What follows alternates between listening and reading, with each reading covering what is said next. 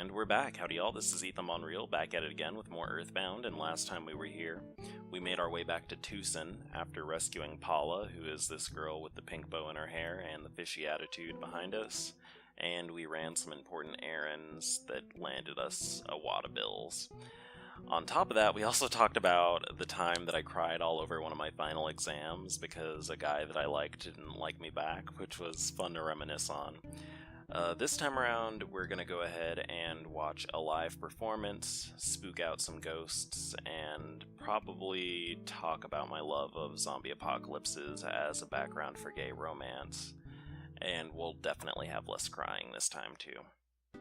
But I need to actually make a pit stop before we move on with the game. We need to go to the department store one final time in Tucson, so this is probably the last time we'll ever be back here, actually. Which is good. It gives us time to say goodbye to all of our favorite NPCs that I never talked to, because reading dialogue can be hard sometimes. But anyway, how y'all doing? How you doing, my gaylings, my people of all sexual orientations and genders? I'm doing just fine. It's a little bit warm right now, but that is totally fine. Actually, you know what we need to do first?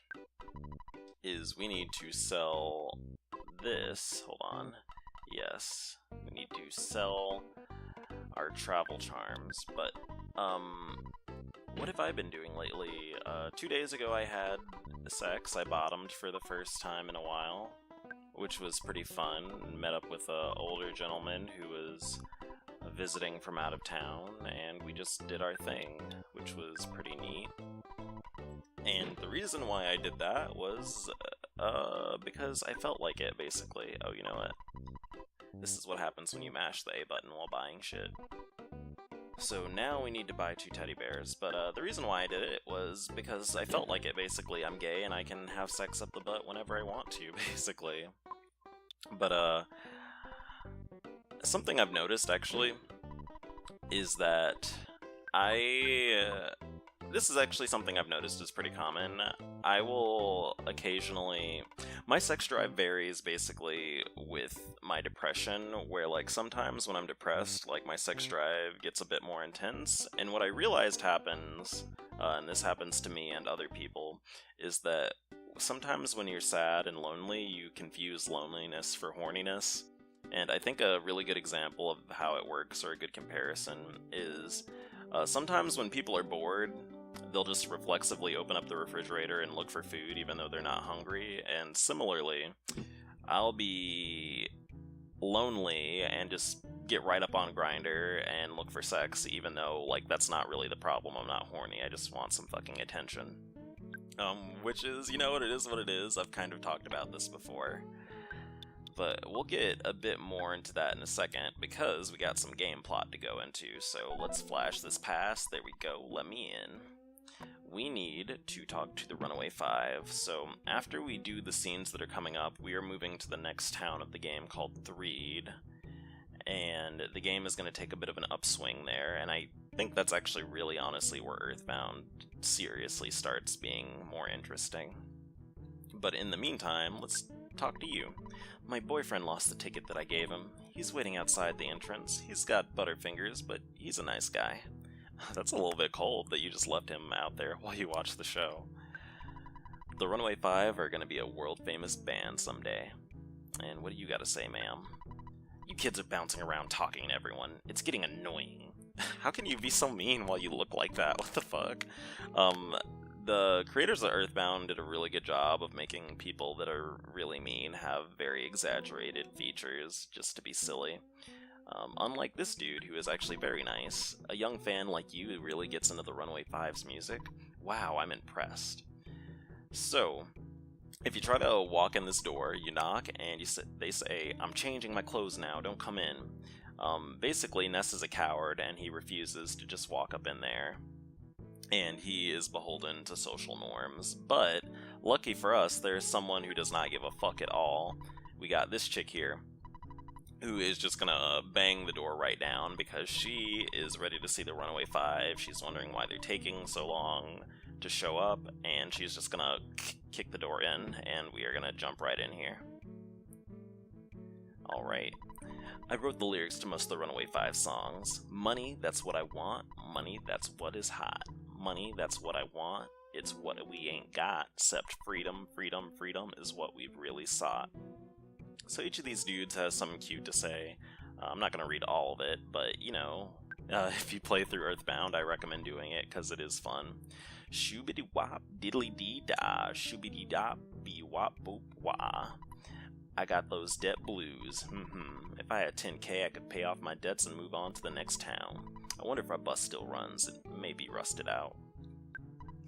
Well, yeah, in the old days, there was lots of dances and acts at this theater, except now, we're the only thing playing here. We even gotten into debt, and we're pretty near stuck.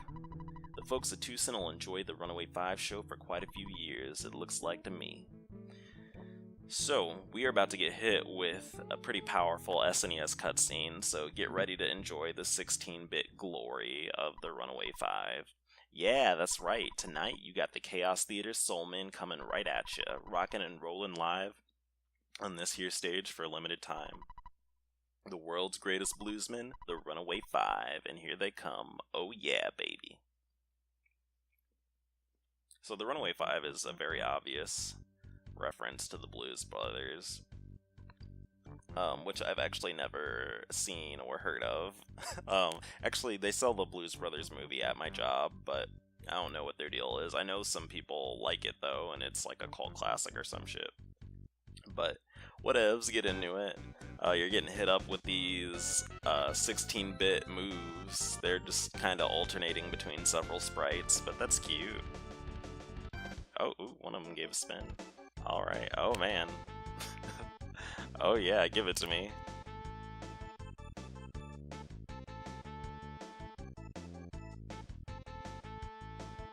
Oh shit, hit him with the spin, boy! Oh man. Oh man, someone programmed their little heart out to make this cutscene happen, that's pretty cute.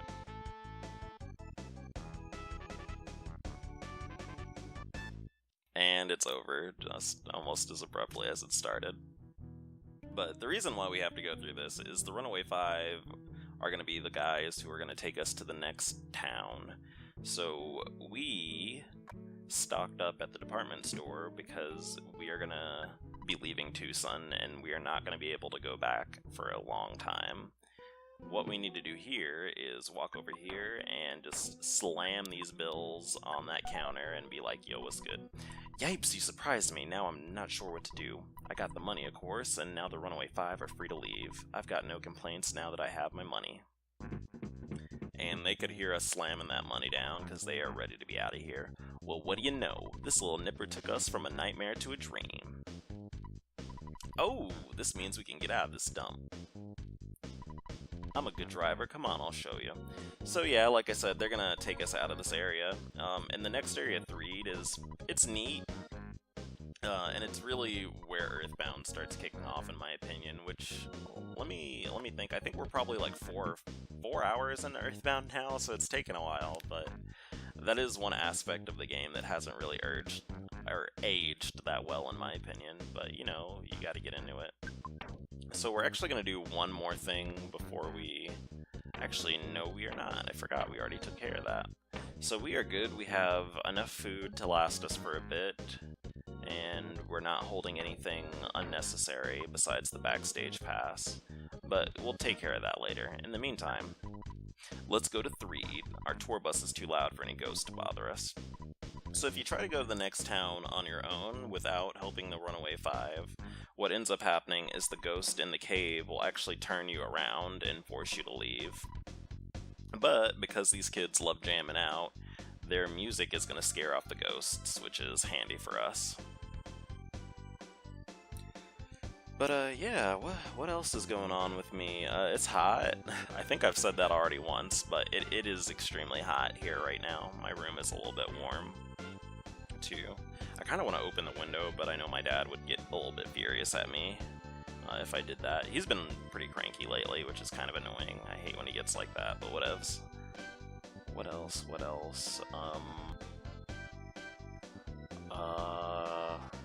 Forgot what I was going to talk about. See, this is what happens when y'all don't give me suggestions for what to talk about in my videos. So if you don't remember or you're new here, I will talk about almost anything y'all ask. Usually, some things are not necessarily what I want to talk about, just because, you know, it's kind of hard talking about like really deep stuff while Ness's big ass head is like bobbing up and down on the screen. You know what I mean? Like, this game is very cute and whimsical, so I don't necessarily want to be talking about like suicide and stuff, you know, like that's a little bit intense, but I'll leverage with you, and I'll try to meet you halfway with the topics you suggest. But anyway, looks like we have to say bye for now. This town seems pretty gloomy, but I'm sure you can lighten this place up with your own little brand of sunshine. Sunshine, Miss Thing. I sound a little bit like Venus Extravaganza. Look for us to be singing at some theater in Forside. Miss Thing. So, there's a lot going on in 3. They're in the middle of a zombie apocalypse. It's pretty good for, well, no one, but it's pretty neat because that gives me a segue to talk about the gay shit I love to talk about. I love gay zombie romance. I love it, love it, love it. I live for it. I was really big into the Left 4 Dead 2 fandom, and Left 4 Dead 1 afterwards. I played Left 4 Dead 2 first because I actually didn't hear about Left 4 Dead 1. And I have some theories on that. But when Left 4 Dead 2 came out, the fandom like exploded because everyone wanted Ellis's giant southern wiener on their foreheads. And you know, I'm about that too. Ellis is pretty cute. I actually like all of the characters in Left 4 Dead 2. They all are pretty neat, and I like that it takes place in the South. But basically, I really liked the ship Nellis, which was Nick and Ellis, basically because I just needed gay substance of any kind at that point in my life. What's another ship I really liked when I was younger? In Naruto, I actually really liked Shino and Kiba together. In part because I remember when I was watching Naruto and I was like, holy shit, Kiba's so fucking gay. Like, he's wearing that big-ass fucking coat all the time, like, for no reason. And wearing coats and hoodies all the time, just for the fashion of it, that's, like, peak gay. So, I was obsessed with that. And I felt like Shino loved having sex up the butt, so I felt like he was a homosexual, too. With Left 4 Dead 2, though, which was the topic, part of the reason why I like gay zombie stuff so much is it just adds a unique dimension to romance where you're, like, trying to survive, but you're balancing, like, interpersonal stuff, and it brings up, like, neat questions about, like, you know, like, where basically gay people fit in, and oh, what the fuck is that? Where gay people fit in the world when society is dwindling. Like, should we be having sex to, like, repopulate the world, or should we just be, you know, gaying it up and saying, fuck that, it's not our job? On top of that, it always brings up the very important question of where you douche in a zombie apocalypse, because it's like, they're always, like, having sex, but, like, they don't necessarily always have the proper equipment and the proper hardware to make it go smoothly, so I'm curious. I guess, when the world has gone to shit, you don't really care if you poop over someone's wiener, but, you know, whatevs, get into it. That's probably a little bit gross to talk about. I'm not gonna edit out, I'm just being real. Sometimes it happens, you know, you gotta get into it. You know, I have a little bit of bad luck with that, where I will meet up with guys who just absolutely do not know how to clean themselves, and they just poop all over me, basically, and it's a little bit frustrating. I've gotten to the point where I can actually kind of tell when someone does not know what they're doing with that. And I'll just ask them, like, do you know how to do it? And sometimes they'll sheepishly say no, but other times they'll be stubborn and be like, I know what I'm doing, Miss Thing, and then they'll just dookie all over my life, which is a little bit... It's whatever, I've just accepted it. It's just a fact of life.